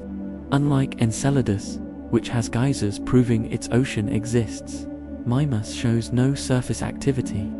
The ice is old, cratered, with no cracks or fractures suggesting internal movement. Researchers proposed that radioactive decay in the core generates heat, or that Mimas's orbit recently shifted, creating temporary tidal heating. The discovery suggests oceans might be common on icy moons, hidden beneath surfaces that show no signs of liquid water. Future missions might target Mimas to understand this mystery. To think that a moon we dismissed as geologically dead might harbor an ocean. And if Mimas can hide liquid water so completely, how many other worlds are we overlooking because they don't show obvious signs? NASA's Deep Impact mission smashed a 370-kilogram copper projectile into a comet at 23,000 miles per hour in 2005 to see what it was made of. Imagine Comet Tempel 1 tumbling through space, approached by a spacecraft that released a washing machine-sized impactor. On July 4, 2005, the impactor struck, releasing energy equivalent to 4.8 tons of TNT. The collision excavated 10,000 tons of material, creating a crater and a plume of ice and dust that rose 60 miles above the comet's surface. The mother spacecraft, flying past at 6 miles per second, photographed and analyzed the debris. Spectrometers detected water ice, organic compounds including methane and ethane, silicate dust, and clays.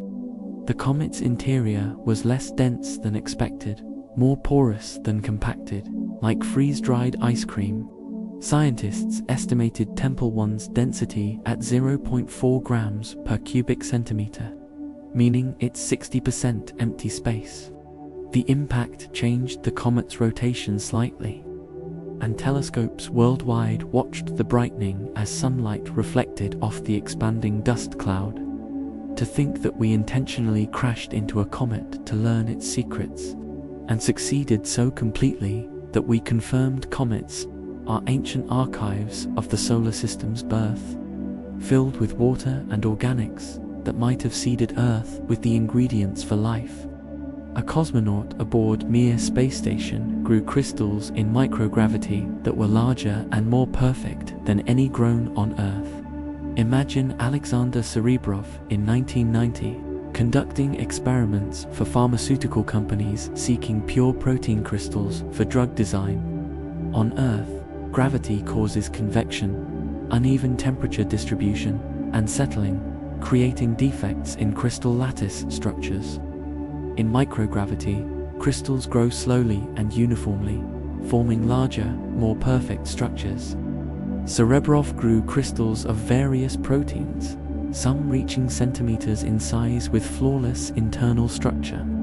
Pharmaceutical companies used these crystals to determine protein shapes at atomic resolution, essential for designing drugs that bind to specific sites. One protein, used in HIV research, produced crystals on Mir that revealed details impossible to see in Earth-grown samples. The research led to better medications and proved that space-based manufacturing could have practical applications. Later experiments on the ISS continued this work, growing crystals for Parkinson's, cancer, and other diseases. To think that the solution to medical challenges might require leaving Earth, and that some of the most important pharmaceutical research happens in orbit, where the absence of gravity creates perfection we cannot achieve on the ground. A NASA satellite accidentally photographed a meteor exploding over the Bering Sea in 2018, with 10 times the energy of the Hiroshima bomb. Imagine December 18, 2018, when a space rock 30 feet wide entered Earth's atmosphere at 71,000 miles per hour. It exploded 16 miles above the ocean, releasing 173 kilotons of energy, unnoticed except by military sensors and satellites. NASA's Terra satellite happened to be overhead, capturing images of the fireball and the expanding shockwave. The explosion scattered fragments across hundreds of miles of ocean. Researchers calculated the meteor's trajectory and determined it came from the asteroid belt, likely a fragment broken off a larger body by a collision. The blast was the largest since the Chelyabinsk meteor in 2013, which injured 1,500 people with its shockwave. The Bering Sea meteor exploded over water, causing no damage, but if it had hit a populated area, the consequences would have been catastrophic. NASA estimates that Earth is struck by objects this size every few decades, most exploding over oceans or unpopulated areas.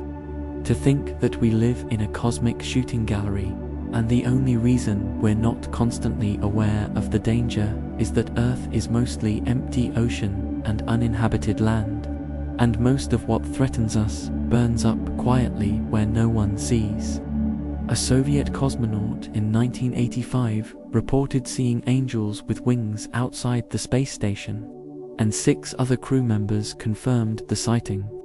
Imagine Soyuz 7 on day 155 of its mission, July 12, 1984, when cosmonauts Vladimir Janabekov, Svetlana Savitskaya, Igor Volk, Leonid Kizem, Vladimir Solovyov, and Oleg Atkov reported seeing humanoid figures surrounded by bright orange light through the station's portholes. They described the figures as having wings and glowing faces, appearing to keep pace with the station for approximately 10 minutes before vanishing. Soviet authorities initially classified the reports, concerned about the crew's mental state. Medical examinations found no psychological issues. Scientists later proposed the cosmonauts experienced a phenomenon called the retinal flash effect, where cosmic rays strike the retina, creating visual hallucinations. Others suggested it was an optical illusion caused by sunlight reflecting off the station's windows at specific angles, combined with sleep deprivation and stress. The incident remained classified until after the Soviet Union collapsed, emerging in interviews during the 1990s. To think that trained observers, multiple people simultaneously, saw something unexplainable in orbit, and whether it was hallucination, optical effect, or something else entirely, we'll never know because the phenomenon never repeated under conditions where it could be scientifically measured. NASA discovered a planet orbiting 2 suns where the sunsets never end, each sun setting hours apart in different directions. Imagine Kepler-16b, a gas giant 200 light-years away in the constellation Cygnus, discovered in 2011 by the Kepler Space Telescope. The planet orbits a binary star system, 2 stars locked in mutual orbit, circling each other every 41 days.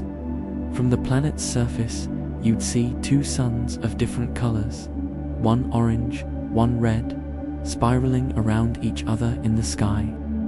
As the planet rotates, first one sun sets, then hours later, the other follows. creating a double sunset, like the iconic scene from Tatooine in Star Wars. The planet takes 229 days to complete one orbit around both stars, and its orbit is unstable over long timescales. Researchers at NASA's Ames Research Center calculated that gravitational perturbations will eventually eject the planet from the system or cause it to collide with one of the stars. The discovery proved that secundary planets exist, something scientists once thought impossible because binary stars' chaotic gravity should prevent planet formation. To think that worlds can orbit pairs of stars bathed in light from two sources, casting double shadows, and experiencing seasons determined not by axial tilt, but by which star dominates at any moment. A chunk of rock ejected from Mars by an asteroid impact 15 million years ago landed in Antarctica in 1984 and might contain fossilized bacteria. Imagine ALH 84001, a 4-pound meteorite found by a research team in the Allen Hills icefield, one of thousands of meteorites collected from Antarctic ice. Scientists identified it as Martian by comparing gas bubbles trapped inside to atmospheric measurements taken by Viking landers on Mars in the 1976. In 1996, a team led by David McKay at NASA's Johnson Space Center announced they'd found structures inside resembling fossilized bacteria, organic molecules called polycyclic aromatic hydrocarbons, and magnetite crystals similar to those produced by bacteria on Earth. The announcement made global headlines, with President Clinton giving a speech about the possibility of Martian life. Skeptics argued the features could form through non-biological processes, that contamination from Antarctic ice might explain the organics, and that the structures were too small to be cells. Decades of debate followed, with studies supporting and refuting the biological interpretation. In 2022, new analysis using advanced microscopy revealed the organic compounds formed on Mars billions of years ago, though whether biologically remains unproven. To think that a rock sitting in a freezer for 12 years might contain the first evidence of extraterrestrial life, and we're still arguing about what it means. NASA's TESS satellite discovered a planet where it rains rocks and the atmosphere contains vaporized titanium. Imagine WASP-76b, a gas giant 640 light-years away, orbiting so close to its star that one side is permanently day, heated to 4,350 degrees Fahrenheit, while the other side remains in eternal night at a relatively cool 2,400 degrees. The temperature difference drives winds at thousands of miles per hour, carrying vaporized metal from the day side to the night side. On the night side, the temperature drops enough for the metal to condense, forming clouds of liquid iron that fall as rain. Spectroscopic analysis by the European Southern Observatory's Very Large Telescope in 2020 detected ionized iron in the planet's atmosphere, proof that metals are vaporized and transported by wind. Researchers also found titanium oxide, magnesium, and calcium in gaseous form. The planet is tidally locked, meaning one hemisphere always faces the star, creating a permanent boundary between scorching day and cooler night. At the terminator line, where day meets night, metallic rain falls constantly, a curtain of liquid iron separating two radically different climates. To think that somewhere in the universe, weather means molten metal falling from the sky and clouds are made of vaporized rock, a world so alien that rain would kill you instantly just by touching your skin. A Russian satellite in 2013 exploded in orbit without warning, creating 500 pieces of debris that will circle Earth for decades. Imagine BRISM, an upper-stage rocket booster that failed during a mission in 2012, stranded in orbit with 10 tons of unused fuel. Engineers tracked it for months, hoping the fuel would gradually vent, but on February 14, 2013, the satellite exploded. Sensors detected a sudden expansion of debris, fragments spreading across multiple orbital planes. The U.S. Space Surveillance Network catalogued over 500 pieces large enough to track, but estimates suggested thousands of smaller fragments, too small for radar. Analysts determined the explosion was caused by fuel tank overpressurization, possibly from residual propellant reacting chemically over time. The debris field crossed the orbits of operational satellites, forcing collision avoidance maneuvers. Some fragments will remain in orbit for 50 years before atmospheric drag pulls them down. The incident highlighted the danger of abandoned rocket stages, many still in orbit with fuel aboard. Space agencies now design upper stages to vent fuel or deorbit after missions. But hundreds of older stages remain, potential bombs waiting to detonate. To think that a failed rocket from over a decade ago is still threatening spacecraft, and the debris it created will outlast most satellites currently in operation.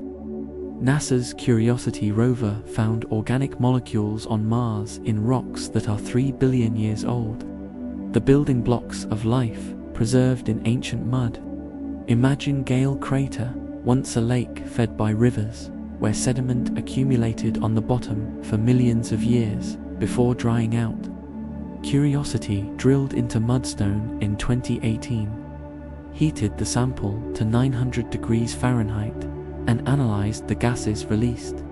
The sample analysis at Mars Instrument detected diaphenes, benzene, toluene, and small carbon chains, organic molecules containing carbon, hydrogen, sulfur, nitrogen, and oxygen. These are not proof of life, but they are the chemical precursors life requires. Scientists proposed 3 origins: biological, formed by ancient Martian microbes; meteoritic, delivered by carbon-rich asteroids; or geological, produced by chemical reactions in volcanic vents. The molecule survived 3 billion years because Mars lacks plate tectonics and has minimal surface water. Preserving ancient chemistry Earth's geology would have destroyed. Researchers at NASA's Goddard Space Flight Center are analyzing multiple samples to determine if patterns suggest biological origin.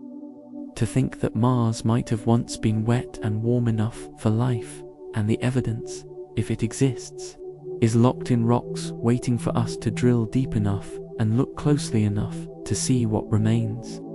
A classified US spy satellite in 1979 detected a mysterious double flash of light over the Indian Ocean that some scientists believe was a nuclear test. Imagine the Vela satellite, designed to detect nuclear explosions from space using optical sensors, recording a distinctive double flash on September 22, 1979, near the Prince Edward Islands. Nuclear explosions produce a specific signature, a brilliant initial flash as the fireball forms, followed by a dimmer second flash as the shock wave cools, then another bright flash as the fireball re-expands. The Vela satellite recorded exactly this pattern. The US government launched an investigation, but findings were inconclusive. Some analysts believed Israel and South Africa conducted a covert nuclear test, though both countries denied it. Others suggested the sensor malfunctioned, or that a meteoroid struck the satellite, causing a false signal. In 2018, researchers analyzing hydroacoustic data from underwater sensors found evidence of a pressure wave consistent with a small nuclear explosion. Papers published in science and geophysics journals debated the evidence for decades. To think that we might have witnessed a secret nuclear test and still don't know for certain. that the evidence is ambiguous enough to sustain controversy for 45 years, and the truth, if anyone knows it, remains classified in a vault somewhere. Saturn's rings are disappearing, raining down onto the planet at a rate that will erase them in 100 million years. Imagine particles of ice, some as small as dust grains, others as large as houses, orbiting Saturn in vast sheets, less than 30 feet thick, but 175,000 miles wide. The Cassini spacecraft's final orbits in 2017 measured ring material falling into Saturn's atmosphere, pulled down by the planet's magnetic field. Charged particles in the rings interact with the field lines, spiraling along them toward the poles, where they vaporize in the atmosphere at a rate of 6,000 pounds per second. Scientists call this ring rain, and it's eroding the rings faster than predicted. Calculations suggest the rings are geologically young, perhaps only 100 million years old, possibly formed when a moon wandered too close and was torn apart by tidal forces. If true, humans exist at a fortunate moment in cosmic history, able to witness Saturn's rings before they vanish. Observations also showed that micrometeorite bombardment darkens the rings over time, and gravitational interactions with moons create waves and gaps. To think that the most iconic feature in the solar system is temporary, that future civilizations, if they exist, might see Saturn as a ringless gas giant, and we are living in the brief window when the rings exist. A NASA astronaut dropped a tool bag during a spacewalk in 2008, and it became visible from Earth as it orbited ahead of the International Space Station. Imagine Heidemarie Stephanetian Piper working outside the ISS, cleaning and lubricating the station's solar array rotary joints. A grease gun malfunctioned, spilling lubricant inside her tool bag. As she tried to clean it, the bag slipped from her grip and drifted away at walking speed, tumbling slowly as it separated from the station. The bag contained grease guns, scrapers, and tethers, valued at $100,000. NASA tracked it as Object 33,442 in the satellite catalog. Amateur astronomers using binoculars spotted it reflecting sunlight, a magnitude 6 object drifting across the sky. The bag orbited Earth every 90 minutes, slowly losing altitude as atmospheric drag pulled it lower. Controllers calculated it would re-enter the atmosphere within months. On August 3, 2009, it burned up over the Pacific Ocean, 269 days after it was lost. Stephanetian Piper completed her spacewalk despite losing the tools, using backups stored inside the airlock. To think that a simple accident created an artificial satellite visible to anyone with binoculars. And for 9 months, that tool bag was part of the night sky. Another human artifact drifting in orbit until gravity reclaimed it. A Soviet spacecraft in 1966 became the first human-made object to orbit another planet, entering Venus orbit and transmitting data for 3 months. Imagine Venera 9, launched June 8, 1975, separating into a lander and an orbiter. On October 22nd, the lander descended to Venus's surface while the orbiter fired its engine, slowing enough to be captured by Venus's gravity. It became the first artificial satellite of another planet, equipped with cameras, spectrometers, and magnetometers. The orbiter photographed Venus's cloud layers using ultraviolet filters, revealing swirling patterns and circulation driven by the planet's retrograde rotation. It studied the composition of the upper atmosphere, detecting sulfuric acid droplets and mapping temperature variations. The orbiter relayed data from the lander, which transmitted for 53 minutes before succumbing to heat and pressure. Venera 9 operated for 3 months before its batteries depleted. The mission proved that spacecraft could function in Venus's harsh environment and paved the way for future missions. To think that the first time humanity placed a satellite around another world, it was Venus, not Mars, and that success came from a space program willing to accept failures, learning from each crashed lander and destroyed probe until they finally succeeded. NASA discovered a neutron star that spins 716 times per second, faster than a kitchen blender, and doesn't tear itself apart. Imagine PSRJ 17482446 AD, located in the globular cluster Terzan 5, 28,000 light-years away, discovered in 2004 by astronomers using the Green Bank telescope. It rotates once every 1.396 milliseconds, making it the fastest spinning object ever detected. At the equator, the surface moves at 24% the speed of light, creating relativistic effects where time slows and space warps. Neutron stars can spin this fast because they're incredibly dense, 1.4 solar masses compressed into a sphere 12 miles wide, and their gravity is strong enough to hold them together against centrifugal force. This pulsar is a millisecond pulsar, spun up by accreting matter from a companion star, stolen gas spiraling inward and transferring angular momentum. As the neutron star spins faster, it emits radio waves like a lighthouse beam, which we detect as pulses.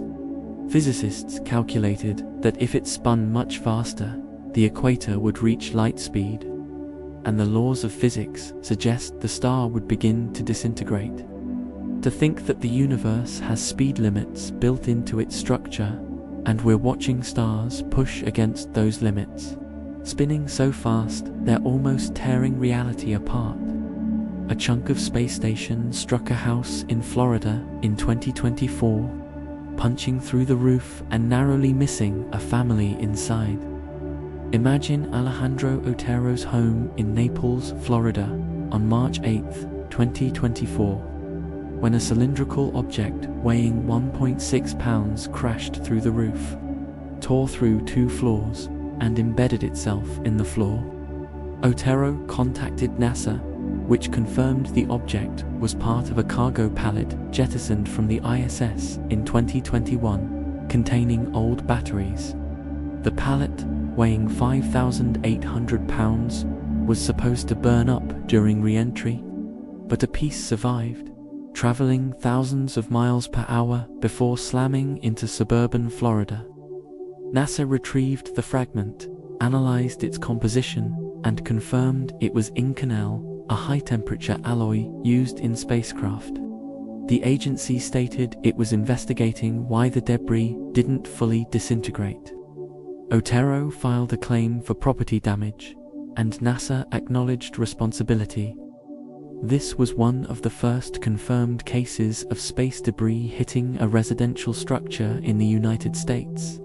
Experts warned that as more satellites and stations are launched, the risk of debris surviving re-entry increases. To think that space junk can fall from orbit, survive the inferno of re-entry, and crash into someone's home. And we're lucky it hasn't killed anyone yet. NASA detected mysterious radio signals coming from the center of the Milky Way that turn on and off randomly with no pattern.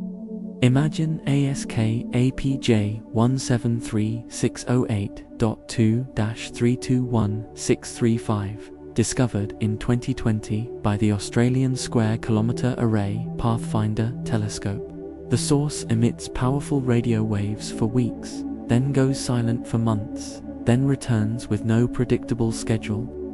It doesn't match any known astronomical object, not a pulsar, which flashes regularly, not a magnetar, which emits X-ray, not a black hole accretion disk, which would emit across multiple wavelengths. The signal is polarized, meaning the radio waves oscillate in specific directions, suggesting a strong magnetic field.